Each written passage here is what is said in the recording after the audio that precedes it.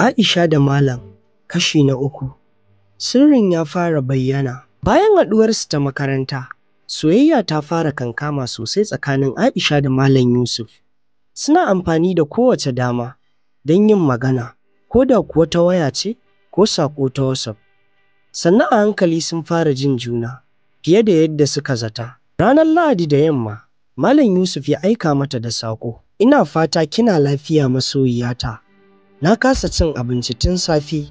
Zuciyata tana ta yawo a kanki. Aisha ta amsa masa da murmushi. Ni ma haka nake ji, kamar in ganka yanzu.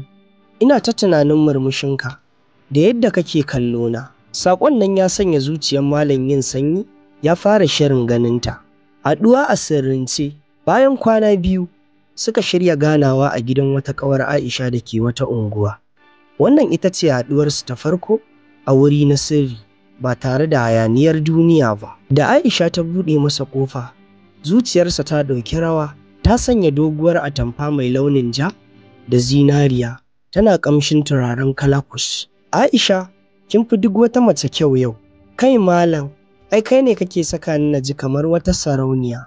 Ai kuwa suka zauna suna hira, suna dariya, har lokaci ya wuce ba tare da sun sani ba.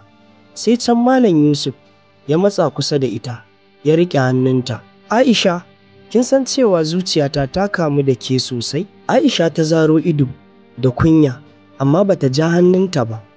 Ta ce cikin siririyar murya, na amince da kai Malam, sai mu kula da komai, kada mu gaggauta. Malam ya ba maganar ta girma sosai, ya rungume ta a hankali, cikin soyayya da mutunci.